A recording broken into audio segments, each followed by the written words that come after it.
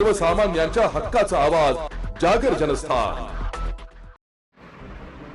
दीपानगर औष्णिक वीज निर्मिती केंद्रात वरिष्ठ अभियंते आणि ठेकेदारांच्या संगणमतातून तब्बल 259 कोटी रुपयांची उधळपट्टी झाल्याचा गंभीर आरोप वीज वर्कर्स फेडरेशनचे अध्यक्ष मोहन शर्मा यांनी केला होता।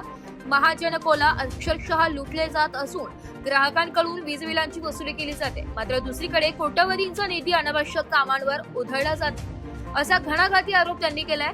शर्मा यांच्या मते इंधन समायोजन भारासाठी असलेल्या लेखाशीर्ष क्रमांक 71 मधील निधीचा वापर नियमबाह्य पद्धतीने इतर कामांसाठी करण्यात आला।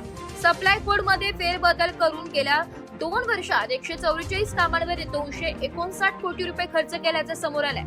मागील 5 वर्षाचे ऑडिट झाल्यास हा घोटाळा 1000 कोटींच्या पुढे जाऊ शकतो, असा दावा त्यांनी केलाय। रस्ते स्वच्छतेसाठी वापरल्या जाणाऱ्या मशीनचा मुद्दा विशेष चर्चेत आलाय।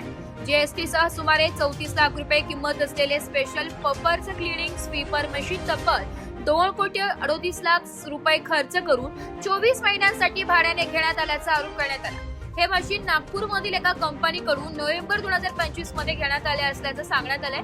मात्र इतका मोठा घोटाळा होऊन देखील वीज निर्मिती केंद्राचे मुख्य अभियंता यांनी या प्रकरणाची कुठपर्यंत चौकशी केली हे अद्यापही भुसावळ तालुक्यातील सामान्य जनतेला कळालेले नाही। मात्र या संदर्भात दीपानगर वीज निर्मिती केंद्राचे जनसंपर्क अधिकारी संदीप वाघ यांना याबाबत दीपानगरचे मुख्य अभियंता यांची बाईट मागितली असता ते देखील मुंबई येथील मुख्य ऑफिस प्रकाशगड येथील जनसंपर्क अधिकारी यांची संपर्क करून अधिक माहिती त्यांच्याजवळून घ्यावी असे संदीप वाघ यांनी टाळाटाळ करत बोलताना सांगितले। या 269 कोटींच्या कारवाई संदर्भात संपूर्ण भुसावळ तालुक्याचं लक्ष लागलं। जागर जनस्थानसाठी प्रतिनिधी सुमित निकम, भुसावळ।